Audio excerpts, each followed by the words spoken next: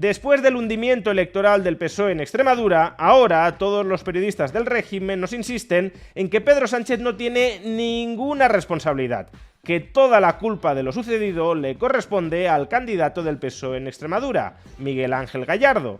Pero si este señor era un candidato tan malo que no contaba con el apoyo de Pedro Sánchez, ¿por qué se terminó presentando a la presidencia de la Junta de Extremadura?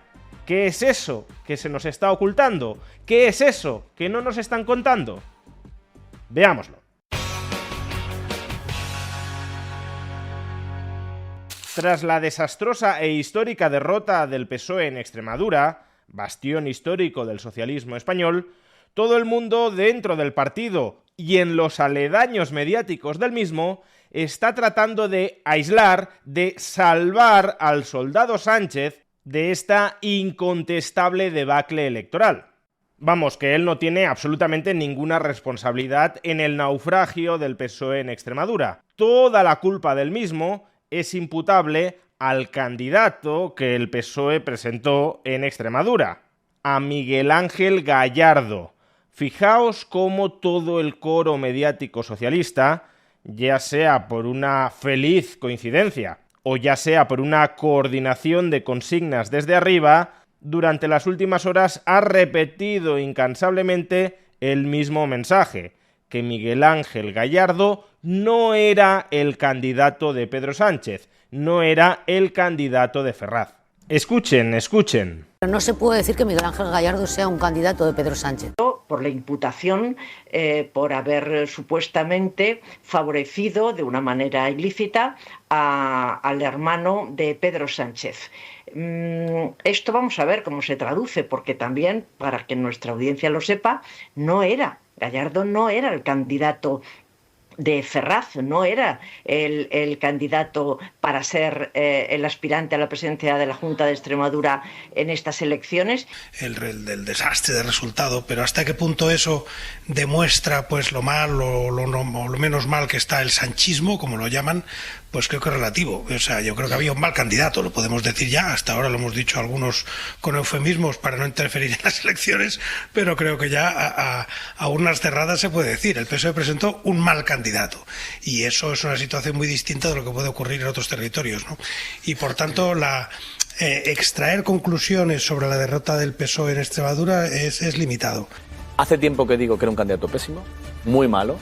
No era candidato de Ferraz, lo habían querido apartar, eran conscientes todos en el partido, casi todos, de que no era el candidato ideal. Todos exactamente con el mismo mensaje. Estos resultados de Extremadura no son extrapolables a nivel nacional porque el candidato del PSOE en Extremadura era malo y además no contaba con el apoyo de Ferraz, no era el candidato de Pedro Sánchez. Pero claro, si esto es así, si Pedro Sánchez, teniendo un control tan absoluto sobre su partido, no hubiese querido que este señor se presentara a las elecciones, ¿por qué motivo se terminó presentando? ¿Por qué motivo Pedro Sánchez terminó cediendo ante un advenedizo, porque ni siquiera tenía ningún tipo de poder ejecutivo autonómico? ¿Por qué terminó cediendo ante ese advenedizo si todos veían que los conducía a un inevitable desastre electoral? Pues si nos creemos el relato oficial, es decir, que Miguel Ángel Gallardo no era el candidato de Ferraz, no era el candidato de Pedro Sánchez, solo caben dos posibilidades para entender por qué se terminó presentando. Dos posibilidades, a cada cual peor. La primera posibilidad es que permitieron que Miguel Ángel Gallardo se presentara a la presidencia de la Junta de Extremadura precisamente por ser un mal candidato. Sí, sé que esto puede sonar paradójico, pero tiene una lógica bastante clara. Si Pedro Sánchez sabía que el PSOE sí o sí se iba a estrellar electoralmente en Extremadura, si no había ninguna probabilidad significativa de que el PSOE consiguiera remontar electoralmente en esos comicios, mejor presentar a alguien al que luego puedas echarle todas las culpas del fracaso.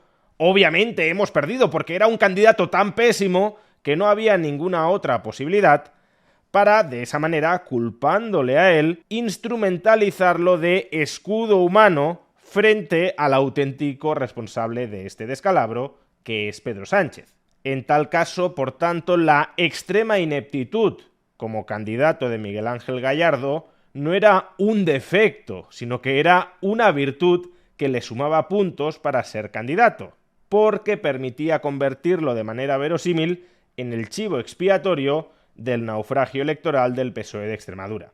Y la segunda posibilidad, no incompatible con la anterior, es que Miguel Ángel Gallardo haya sido candidato a la presidencia de la Junta de Extremadura porque así lo haya querido Miguel Ángel Gallardo sin que Pedro Sánchez se haya atrevido a rechistar. ¿Y por qué motivo el todopoderoso Pedro Sánchez, secretario general del Partido Socialista del conjunto de España, cedería como un corderito ante las peticiones de Miguel Ángel Gallardo, ese advenedizo que no tenía ningún tipo de poder territorial? Pues porque no olvidemos que Miguel Ángel Gallardo fue la persona que contrató, presuntamente de manera irregular, al hermano de Pedro Sánchez para desempeñar unas funciones públicas no demasiado concretas ni conocidas, a cambio de una considerable retribución a costa de todos los contribuyentes extremeños y españoles. Tan es así que Miguel Ángel Gallardo está imputado por esa contratación irregular, al igual que lo está, claro, el hermano de Pedro Sánchez, David Sánchez. Gallardo necesita ser diputado autonómico para poseer aforamiento y que no sea la Audiencia Provincial de Badajoz, un tribunal menos politizado, el que juzgue su caso y en su caso decida sobre su condena. Si es diputado y logra el aforamiento, el caso será conocido por el Tribunal Superior de Justicia de Extremadura, potencialmente más bizcochable. Lo que sabemos es que Miguel Ángel Gallardo estaba absolutamente desesperado por poseer aforamiento. Tan es así que en la anterior legislatura llevó a cabo maniobras igualmente irregulares para acceder al Senado y por tanto tener aforamiento. Maniobras que terminaron saliéndole mal porque la justicia las tumbó. De tal manera que la última bala que le quedaba a Miguel Ángel Gallardo para poseer aforamiento era salir elegido diputado en estos comicios de Extremadura.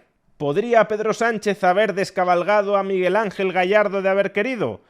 Pues depende, porque no sabemos lo que Miguel Ángel Gallardo sabe acerca de la contratación del hermano de Pedro Sánchez. Es decir, que Pedro Sánchez podría llegar a ser incluso un rehén de Miguel Ángel Gallardo, porque si éste colaborara con la justicia y desvelara algunos detalles sobre el proceso de contratación de David Sánchez, quizá incluso el propio Pedro Sánchez tendría que terminar dimitiendo.